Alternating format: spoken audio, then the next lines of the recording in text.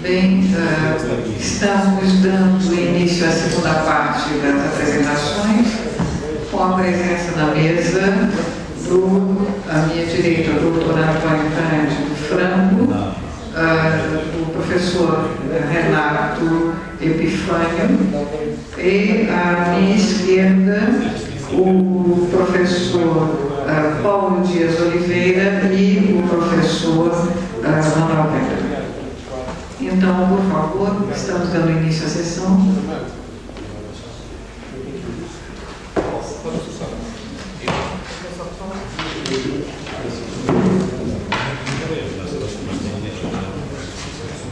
Bem, boa tarde.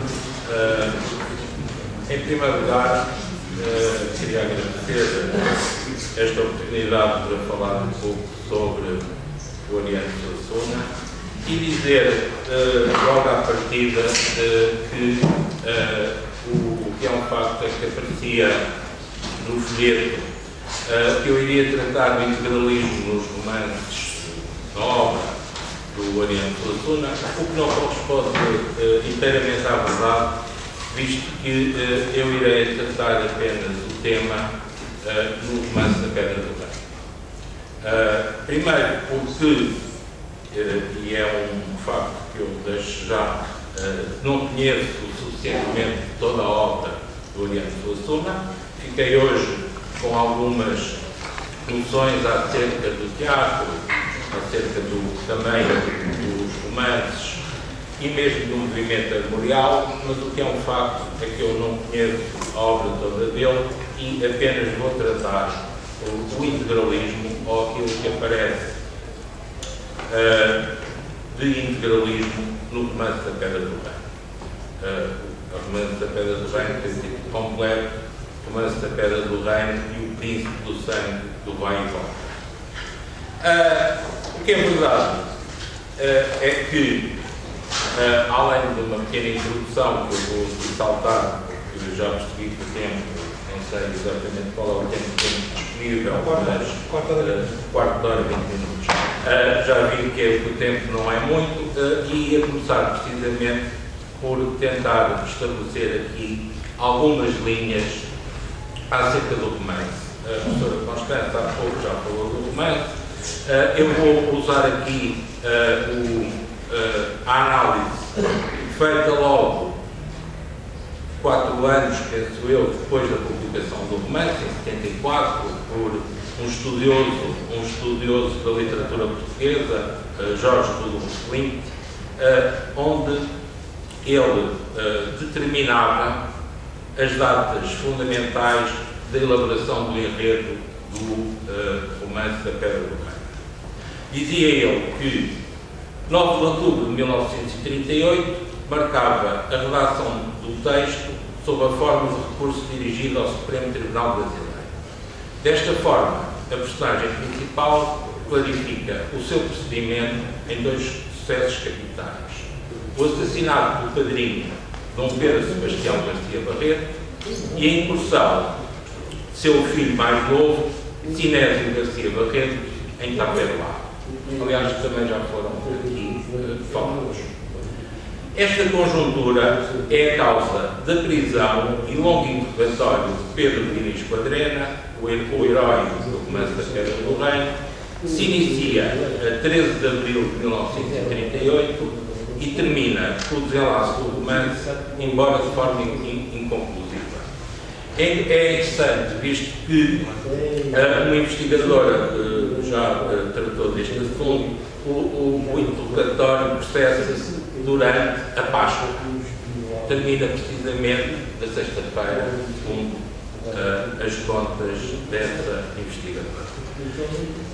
Os restantes dias materializam o básico da obra. 1 de junho de 1935, a investida do Donzelo Branco no sertão do Cariri, sendo a mais significativa, pois todo o testemunho se articula na construção desses eventos, e 24 de agosto de 1930, data da morte do padrinho Quadrena, sem o assassinato e o desaparecimento de Sinésio Garcia Barreto, seria impossível o entendimento da atuação de junho de 1935.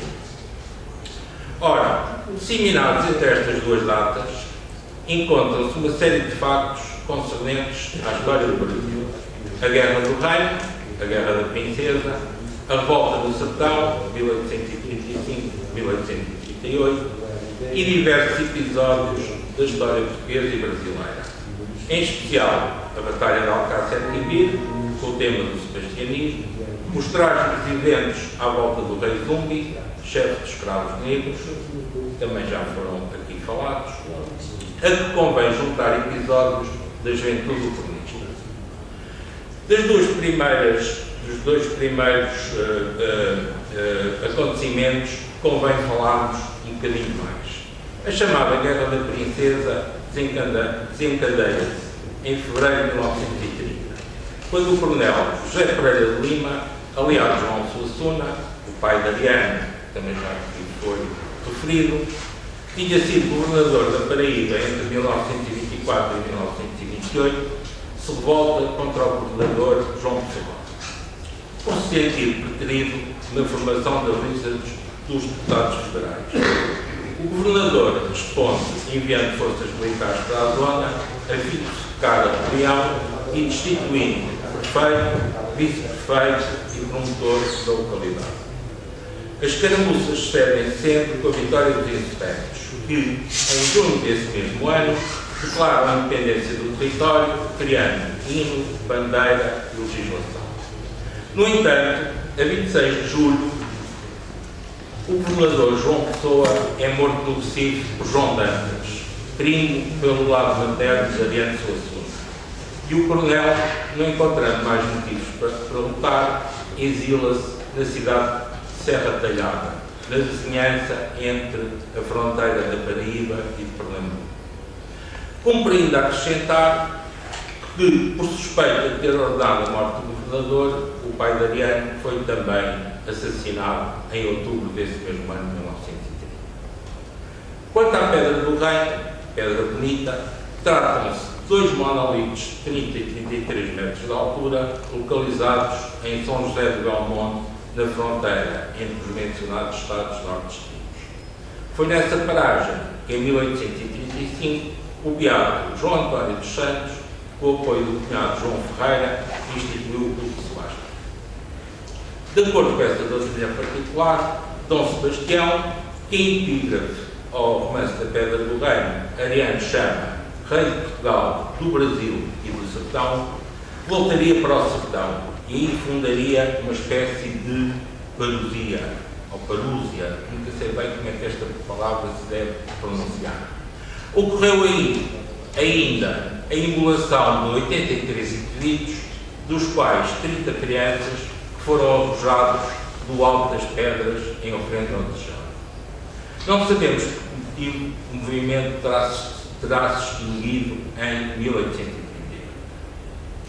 A juntar a tudo isto, temos o romanceiro popular do Nordeste consubstanciado na literatura de cordel, que ouvimos há pouco também alguns exemplos. Segundo a contabilidade do INPE, são 37 o número de romances relatados, em todo ou em parte, distribuídos do seguinte modo: 2 ao ciclo de romances de amor, 3 aos de safadeza e pedaria, 12 aos cavaleiros e cangaceiros, 1 aos de espertezas, 8 aos de religião e proféticos e, passo a citar, os restantes 11 ou resistem a uma classificação fácil ou revelam-se como invenções do próprio cronista Dom Pedro Diniz. Finalmente, podemos tratar no romance as seguintes subdivisões mais ou menos claras. A introdução, onde são convocadas as mudas do sertão, a cavalgada, que eu chamei almogavaria de Sinésio, a ascendência, com a história de 1835-38, a adolescência na Quinta da Onça Malhada e as primícias nos romances de cordel. A ida à Pedra do Reino e a sua entronização como rei do sertão, a ascendência materna com a história dos Garcia Barreto, os dois mentores do herói nos irão ocupar de seguida, Clemente e Samuel, também já aqui referidos, a instituição da Academia dos Emparedados do Sertão e a ambição de Quadrena, sendo que a segunda parte é preenchida com o interrogatório da personagem principal e a coroação como gênio brasileiro desconhecido. Ora bem, o que nos interessa a partir daqui é precisamente a descrição de um desses preceptores de Quadrena, Samuel van Hermes, ou Van de Hermes, como ele próprio diz, gentil homem dos engenhos pernambucanos. Ora, ele era bacharel formado, como o seu reverso Clemente Anvércio, curiosamente, o apelido lembra os termos latinos ante mais verso, que significa virado para a frente. Dizia eu, bacharel formado, como o seu reverso Clemente Anvércio, na Faculdade de Direito do Recife, sendo que cada um personifica um tipo eterno de sua suma. Manuel Dantas Vilar, meio agnóstico, republicano e anticlerical, e outro, Joaquim Duarte Dantas, católico e monárquico. Já agora encontrei aqui uma pequena discrepância entre o nome, porque no início do romance da Queda do Rei aparecem o equivalente aos 12 pares do Estado de Massa. E não aparece nenhum Joaquim, mas aparece um João. E fiquei na dúvida se não havia aqui uma gralha, se tratava de Joaquim ou de João, mas confesso que só ontem é que dei para essa discrepância e não consegui apurá-la. Não sei se alguém depois poderá ajudar neste ponto. Deste modo, Clemente é anticlerical, ateu, e passo a citar, de outras ousadas posições, fim de citação. Influenciado pela escola de Dias Barreto e descende de Silvio Romero, Clóvis Bevilacqua, Franklin Távora, Martins Júnior e Artur Holanda. Ocupado na sua obra-prima, e volto a citar, Tratado da Filosofia Neutral, destinado a ultrapassar os estudos alemães de Dias Barreto e a revolucionar o ambiente filosófico brasileiro. Fim de citação. Do outro, Samuel van Hermes, vamos falar de seguida. Como já se disse, é no folheto 25 que nos é apresentado o gentil homem dos engenhos pernambucanos, caracterizado como fidalgo e branco, por oposição a Clemente. Auto-intitulado-se Morgado de Guarapá, visto o progenitor ser o senhor do engenho do mesmo nome e poeta do sonho e pesquisador da legenda. A sua ocupação era a genealogia e a heráldica das famílias nobres pernambucanas.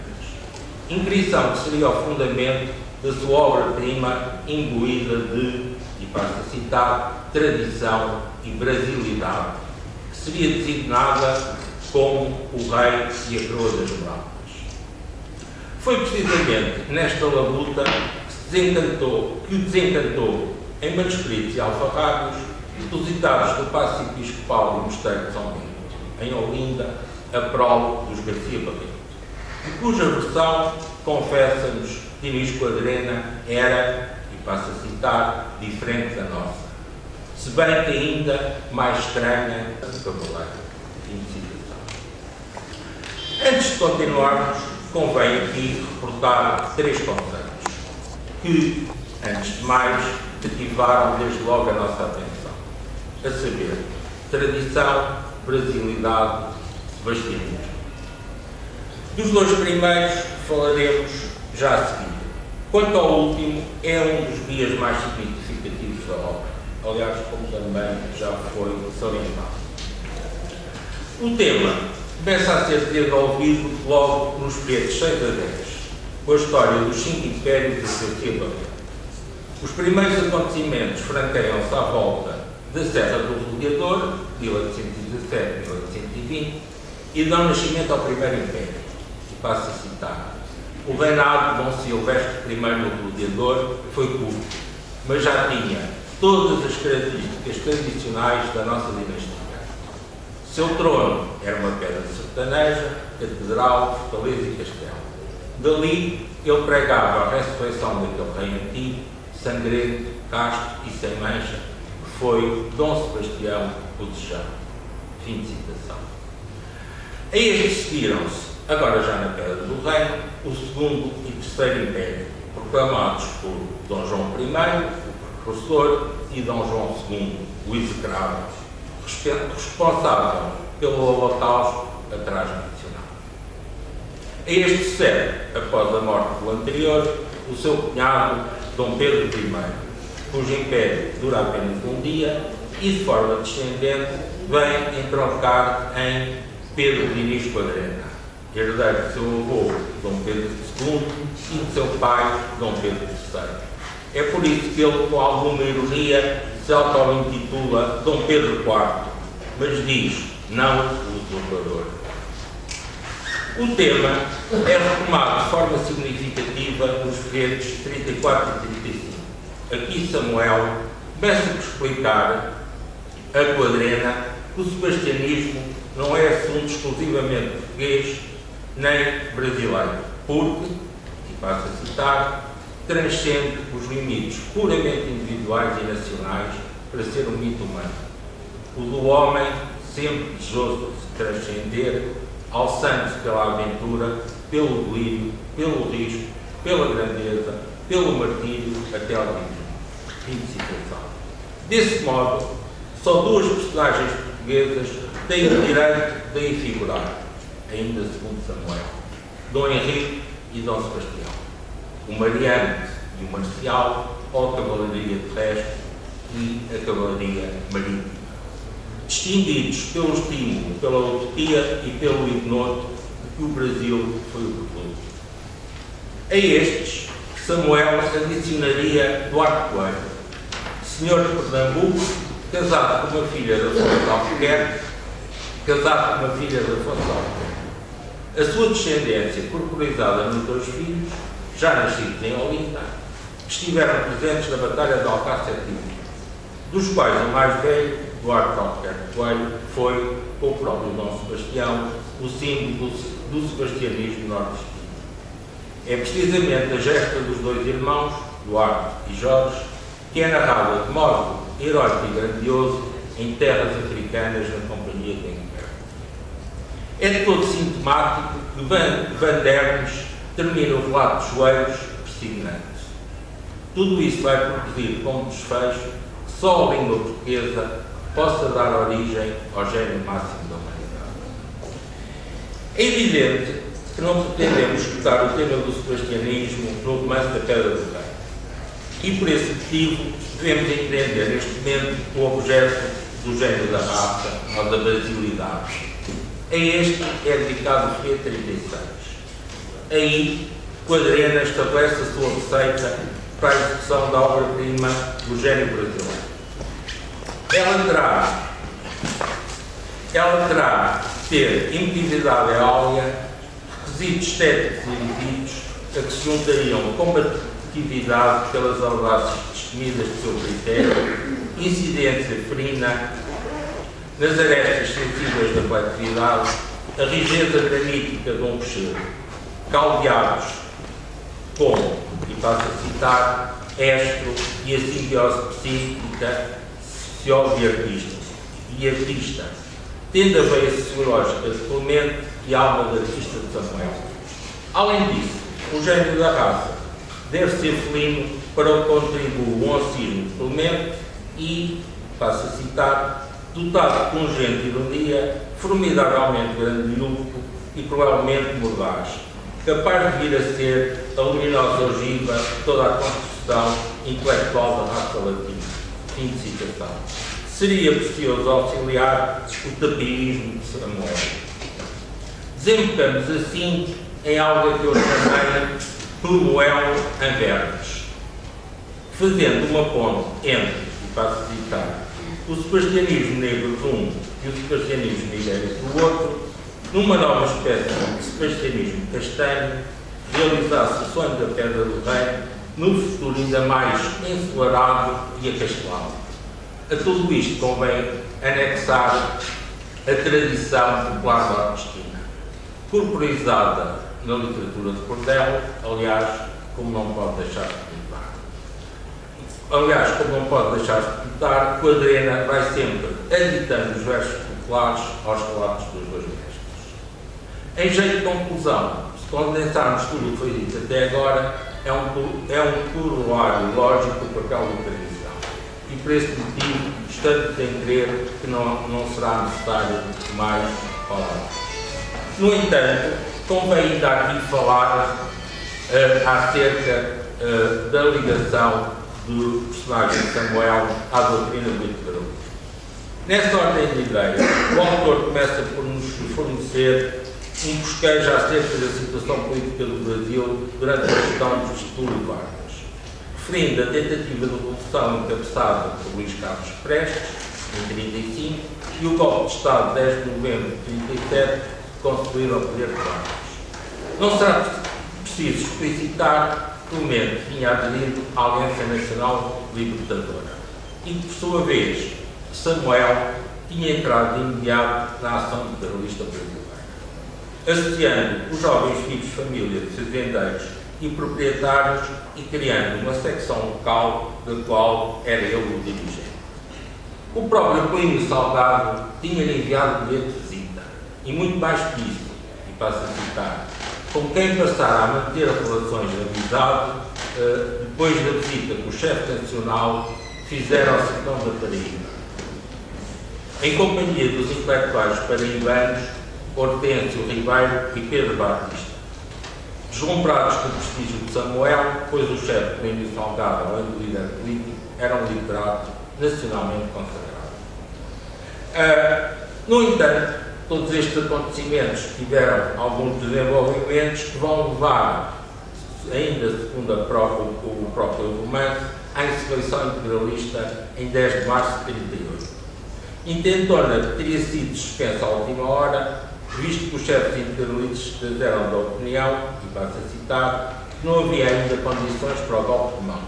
Diziam, porém, que este viria agora, a qualquer momento, mais forte do que nunca. Viu-se, de facto, em 11 de maio de 1938, segundo aquilo que eu consegui apurar. No entanto, o mal-estar das nossas personagens prende-se com o facto do chefe da revolta ser o contra-almirante Frederico Vilar, pertencente a uma família estabelecida em Taperoá desde o século XVIII.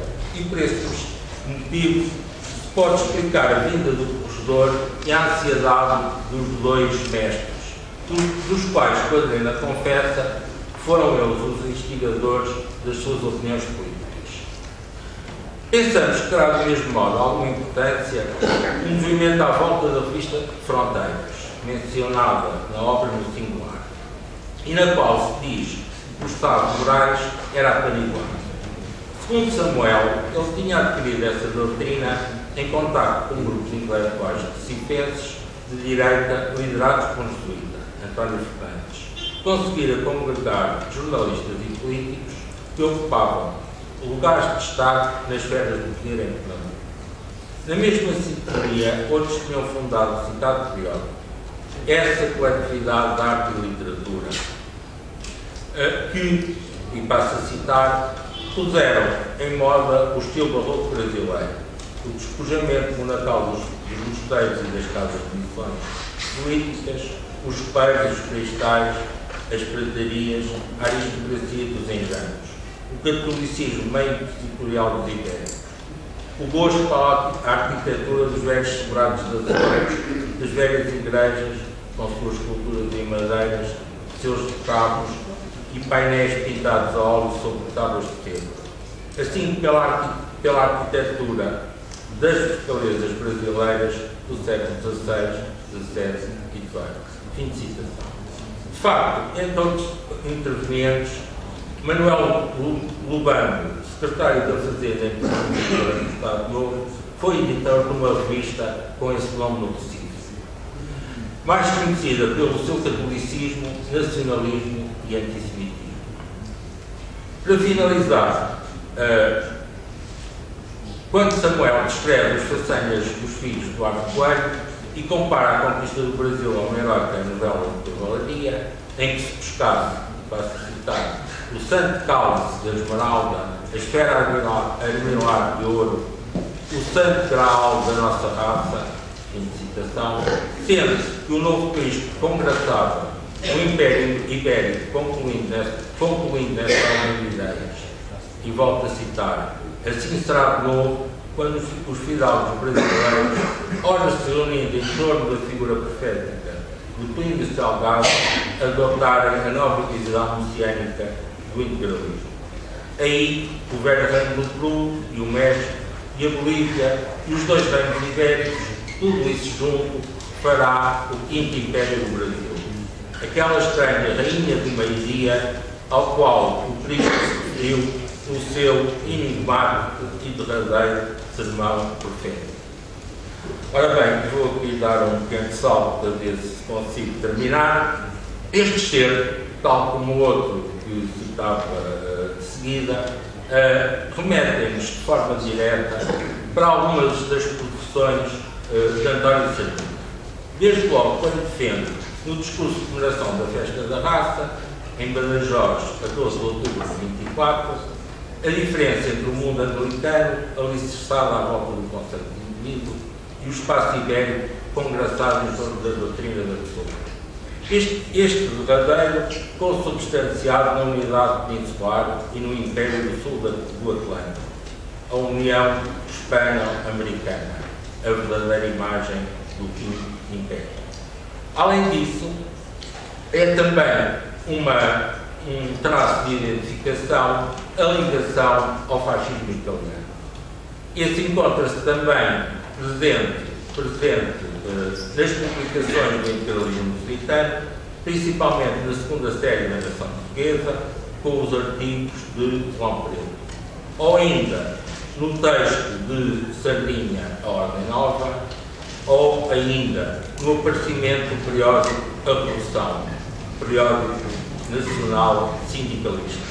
Ou ainda, um outro exemplo, o periódico A Ditadura, se subintitulava periódico do fascismo.